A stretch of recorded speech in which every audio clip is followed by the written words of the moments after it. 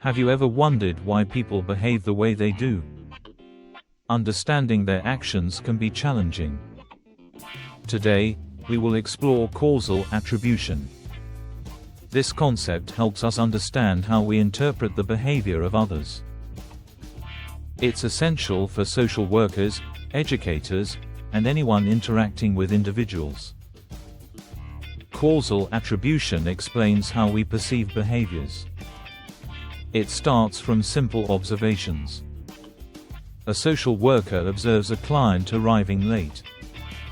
The next step is critical. The worker must decide if this delay is intentional or accidental. This is the essence of Heide's theory. When determining causality, social workers gather information. Let's break this down. First, they examine consensus. Do others behave similarly in this situation? Next, they look for distinctiveness. Is this unique behavior for the individual? Finally, consistency comes into play. Does this behavior occur over time? Once they've gathered this information, they make attributions. If the behavior appears intentional, they may infer a dispositional trait. For instance, consistently arriving late may suggest irresponsibility. However, if the behavior seems external, they may attribute it to external factors. Perhaps the client's transport was unreliable. Now, let's revisit correspondent inference theory. This theory emphasizes specific conditions. People are more likely to infer stable traits when behaviors are freely chosen. Consider a courageous client who shares a painful history. This action is distinctive and low in social desirability. Thus, the social worker may view the client as exceptionally brave. Conversely, if a client is polite, this may not imply a strong trait. Politeness is common, often dictated by social norms. Moving forward, we acknowledge Kelly's extensions. People often lack full information. In these cases, they utilize causal schemata. Two significant schemata are necessary and sufficient causes. Necessary causes imply that multiple factors are required. For example, effective therapy needs client motivation and a supportive environment. If these factors align, social workers may credit everyone involved.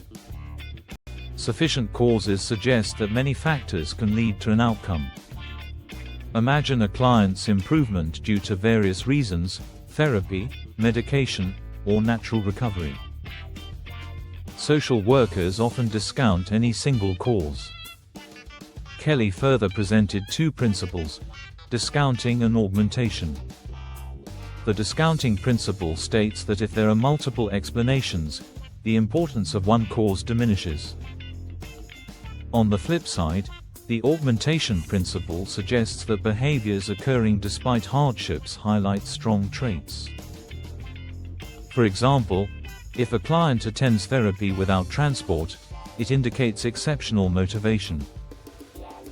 Understanding attribution is crucial for social work practice. Attributions influence how social workers perceive a client's issues. If they perceive problems as internal and uncontrollable, they may feel helpless. However, when viewed as external and controllable, they can approach interventions positively. Moreover, clients' own attributions matter too. A client blaming their poverty on personal failures may feel hopeless. But if they see systemic discrimination, they may feel empowered to act. One effective approach is attribution retraining.